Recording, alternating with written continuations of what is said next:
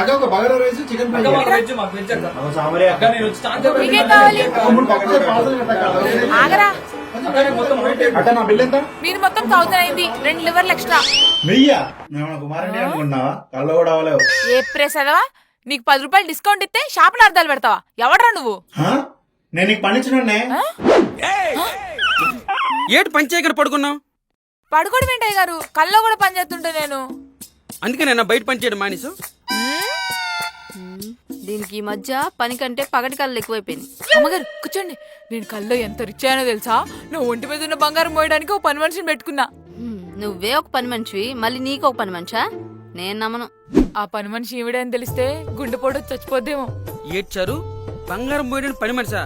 నాకు చెప్తే మనపురంలో తాకడ పెట్టేసేవాడిగా. తాకట్టు పెట్టినా తరగని బంగారం, ఖర్చు పెట్టినా కరగని ఆస్తులున్నాయి సార్. అయితే అది నిజంగానే కల. అవునయ్య గారు, మీకు కార్ డ్రైవింగ్ వచ్చా? వచ్చానా? మొన్న రేసులో రికార్డు కూడా కొట్టాను తెలుసా? ఎక్కడా? వీడియో గేమ్లో.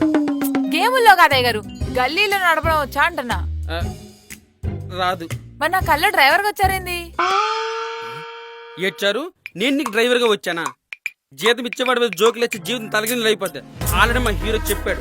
నువ్వు ఆగరాజు, ఇంతకీ కల్లో నీ క్యారెక్టర్ ఇచ్చారు? నేను పెద్ద కార్లో వచ్చి వచ్చి కర్రీలు వడ్డిస్తానా అంట.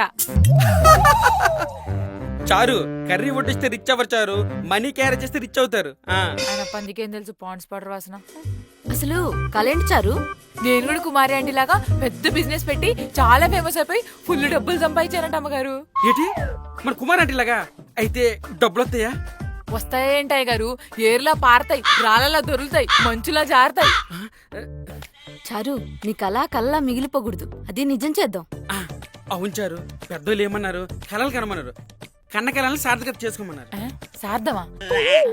అయితే ఇప్పుడు ఏం చేద్దామంటారు? చారు ఇంకేం ఆలోచించుకు, వెంటనే బిజినెస్ స్టార్ట్ చేయి. నీకు మా సహాయం ఉంటది. కావాల్సింది సహాయ సహకారాలు కాదు సార్, పెట్టుబడికి డబ్బు. అది నువ్వు సంపాదిస్తావు కదా చారు. సంపాదించాలంటే ఖర్చు పెట్టాలి కదా అమ్మగారు, ఖర్చు పెట్టాలంటే పెట్టుబడి కావాలిగా. అయినా మీరు ఇప్పుడిప్పుడు కుమారి ఆంటీని ఫేమస్ చేశారు కానీ ఆమెది కూడా మా ఏరియానే. ఒకసారి నన్ను చూసి చేయి కూడా ఊపింది తెలుసా? నీకోసమా? అది ఆటో కోసం అనుకోండి, అది వేరే విషయం. చారు, మేము పెట్టుబడి పెట్టడం తప్పదంటావా? తప్పదమ్మగారు. సంజయ్ నువ్వు చెప్పక. ఎక్కడికి వెళ్తున్నారు వీళ్ళు? ఏంటి రాజు? ఇప్పుడు ఆ పెట్టుబడి కోసం ఆలోచించమనుకో, ఫ్యూచర్ లో రోజుకు 10,000 వచ్చే ప్రాఫిట్ మిస్ అయిపోతాం. కరెక్టే, కానీ 10 రూపాయల కంటే ఎక్కువ అడుగుతాను. బిజినెస్ లో 10 రూపాయలు 11 రూపాయలు ఆలోచించకూడదు సంజయ్. అంతే అంటావా రాజు? అంతేగా సంజయ్, ఆల్రెడీ కుమార్ అంటే చూసావా ఎంత ఫేమస్ అయిపోయిందో? ఫ్యూచర్ లో మనకు కూడా ప్రాఫిట్ వస్తుంది. అయితే ఓకే, అది వెళ్దాం. ఓకే చూసారా, ఇంక ఫ్యూచర్ లో లాభాలే లాభాలు. సంజయ్ సంజయ్ ఏం మాట్లాడుకుంటున్నారండి?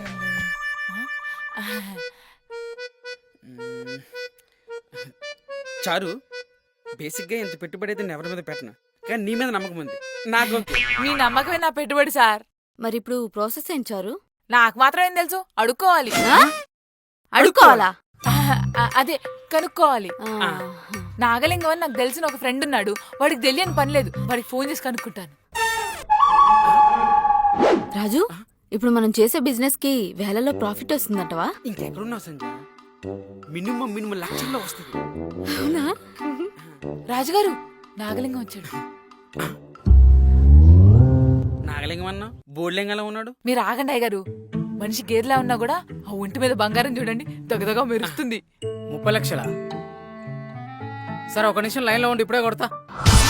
30 లక్షలా? వచ్చింది చూసుకోరా. సరేరా, చిన్న పని మీద బయటకు వచ్చినా, డీల్ అయినాక ఫోన్ చేస్తా, సరేనా? ఇప్పుడు భలే గొర్రె వీడే అనుకుంటా. ఇంతకీ మిమ్మల్ని ఎక్కడ చూసానే? మిమ్మల్ని పిలిచి నేను నాగలింగం గారు. ఓకే, గొర్రెలా ఉంటే వీడే అనుకున్నా. ఇంతకీ వీడేవాడు? మా ఓనరు.